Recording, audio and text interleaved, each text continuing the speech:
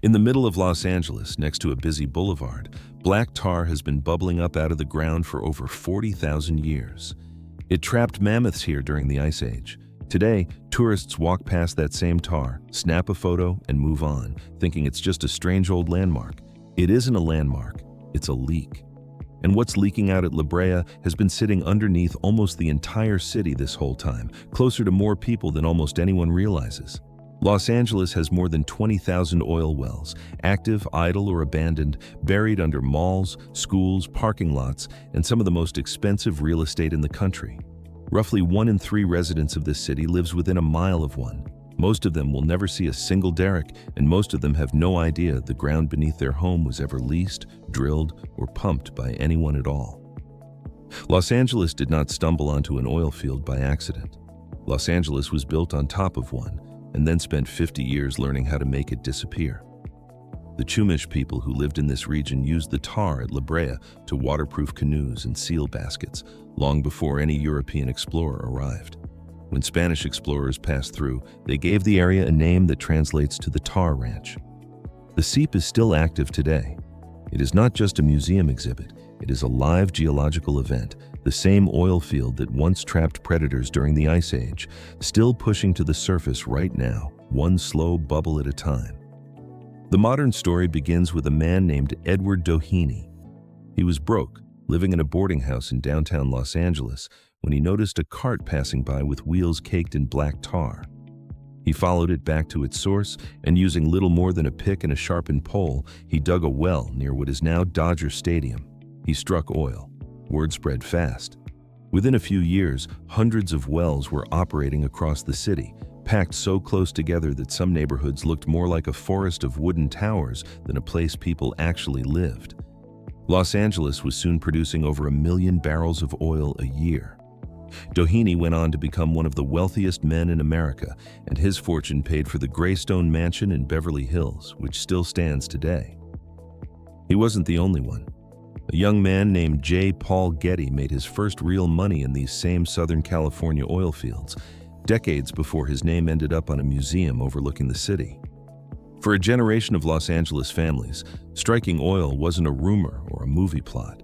It was something that had actually happened to people they knew, which is exactly why it later became one of the most recognizable rags to riches stories in American television. Then oil was discovered in Long Beach. The field there turned out to be so rich that landowners leased their property by the square inch instead of by the acre. Fortunes were made in weeks. Farmland turned into oil camps almost overnight, and for a stretch in the 1920s, this single stretch of coastline was producing a huge share of all the oil in the United States from a single metropolitan area. Before this city had a film industry, it had an oil industry. Hollywood came second, and for a while, oil money quietly built the city that the movies would later make famous. The mansions, the early roads, the water systems that let the city keep growing into the desert, much of it traces back to crude pulled out of the ground beneath people's feet. By the 60s, oil companies had a problem. Los Angeles was no longer an oil town in the public imagination. It was becoming the most desirable real estate market in America, and nobody wanted a drilling rig next to their new house. So the industry didn't stop drilling. It started hiding. A building on Pico Boulevard was constructed specifically to conceal the machinery inside it. From the street, it reads as an ordinary office block, the kind of place you would drive past 1,000 times without a second look. Inside, a rig on rails moves quietly between wellheads, tapping oil from underneath the surrounding blocks. Similar buildings and structures were placed behind shopping centers, inside parking structures, and tucked against the edges of residential blocks across the city, each one designed to blend into whatever neighborhood happened to surround it. Beverly Hills High School had its own well for decades, disguised behind a tower wrapped in decorative panels designed to look like part of the campus. It generated real royalty income for the school. It also became the center of a well-known contamination lawsuit after nearby residents reported health problems, a case that drew national attention through the work of Aaron Brockovich. In Long Beach Harbor, oil companies built artificial islands, complete with palm trees, waterfalls, and brightly colored towers designed by a Hollywood set designer. From the shoreline, they look like a resort. They are drilling platforms. They are still active today.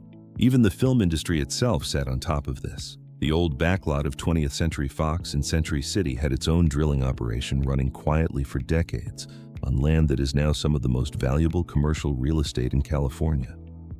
None of this was hidden due to any single conspiracy. It was a slow, practical decision made building by building across decades by an industry that understood exactly what it looked like to drill for oil next to a school, a mall, or a mansion. So it stopped looking like drilling at all. By the time anyone really added it up, disguised wells were scattered across dozens of neighborhoods, tucked behind churches, buried beneath hotel parking structures where guests never suspected a thing.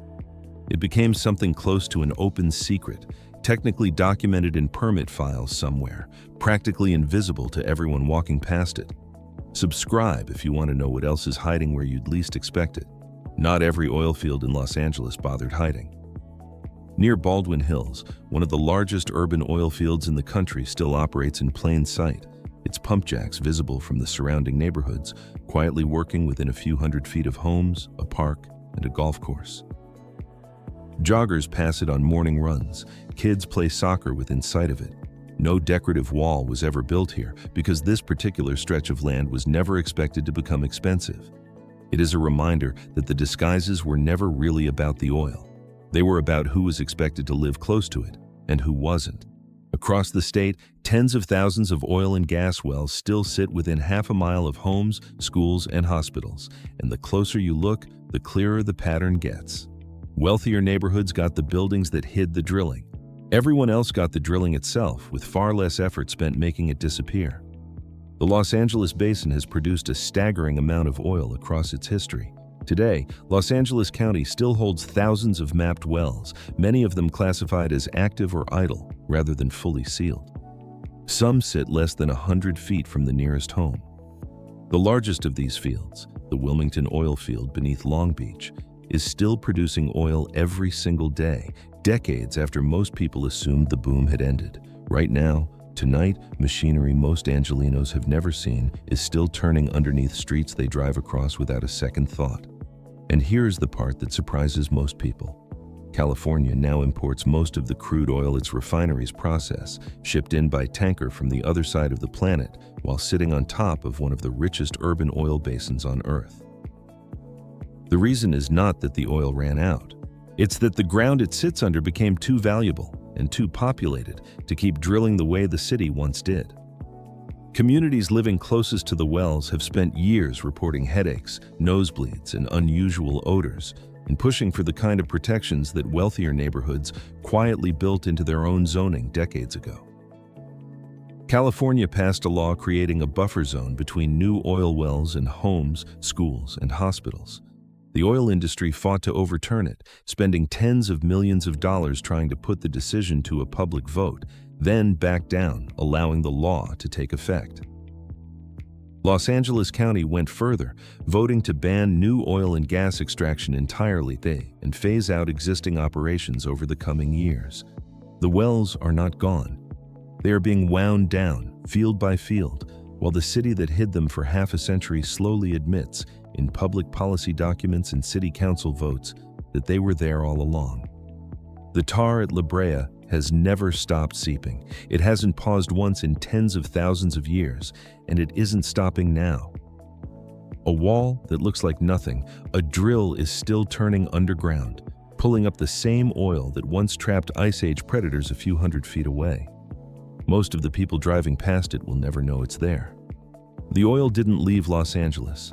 It just learned to stay out of sight, waiting behind the next quiet wall, the next unremarkable building, for as long as it takes.